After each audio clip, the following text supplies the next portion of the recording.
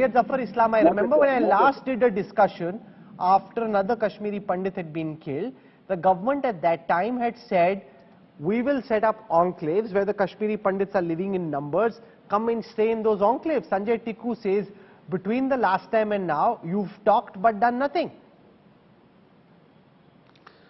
No, it's unfair to make that statement that the government is not doing anything and government is merely being a spectator.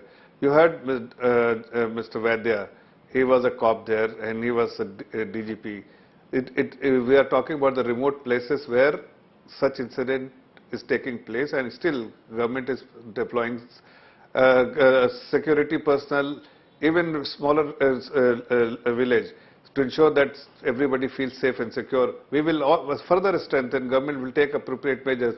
Even we will consider them moving to Srinagar should they want to move to Srinagar, but everybody doesn't want to move. There are some people who are vocal about it, but many people, they do not want to move out of their homes and relocate themselves to Srinagar or Jammu or any other place.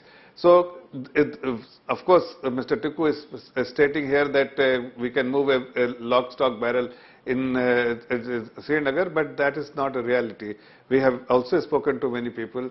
They all feel comfortable living there, even though sometimes they feel insecure and they feel that they are not safe. It is our job to ensure that they feel safe and secure, and we will deploy more and more security personnel there. Sanjay Tikku, he's saying some Pandits have refused to move, that's where they stay, and it's natural and understandable. If somebody comes from a village in Shopian, he won't want to uproot where he's living. He'll have a nice house, he'll be used to staying over there. He won't want to live in some small accommodation provided by the government in Srinagar. That we become the scapegoats for the terrorists. Huh? I want to live, I want to save my family. So where should I go? Because I cannot go to Jammu because I am not registered migrant. And I have no place in Jammu. That is why we requested the Government of India and the LG administration, let you provide some security zones within the valley in the Srinagar or at district headquarters. Whenever whenever any family feels unsafe, let them be shifted there. So I am not asking anything that entire army should be given to us for protection. No. Singh Sapra, the macro reality is that stone pelting is indeed down, that more terrorists are being neutralized. The kind of role that big organizations had, big terror organizations like the Lashkar-e-Taiba, Jaish-e-Mohammed, that's been severely curtailed. So the Home Ministry and the BJP government will say, we've made advances, yes, things aren't normal yet, but in comparison with how things were on your watch, we are now attacking the ecosystem of terror which your government refused to touch. Charan Singh Sapra.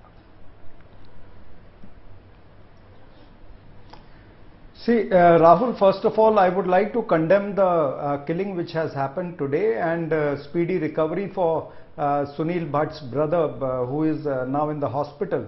I would also like to give my condolences to the ITBP Jawans who unfortunately met with the accident, and probably many of them have died also. As far as this current issue is concerned, let me remind you, Rahul, that in last 6 months, like from February 2022 till date, there have been 17 target killings. Now, if there are 17 target killings, it is a matter of concern. The government should look into it. The government needs to answer some questions also. What is the policy for the Kashmir? If terrorists are changing their pattern, what is the roadmap or the new roadmap of this Narendra Modi government to tackle terrorism or to fight terrorism in Kashmir? They are not talking on that. And probably I would also like to say, like Mr. Tikku now said, that they should consult the stakeholders also. They should discuss with the Kashmiri Pandits. Now, I feel if not only Kashmiri Pandits, but even the Muslims are being shot dead, the Sikh community people are shot dead, the Bihari laborers are shot dead, anybody who believes in tricolor or anybody who believes in the Constitution of India is being targeted over there. So it is a serious situation. BJP cannot get away by saying that we have improved this, the stone pelting has reduced. The issue is that when they will put a full stop to this target killing. What is their new policy?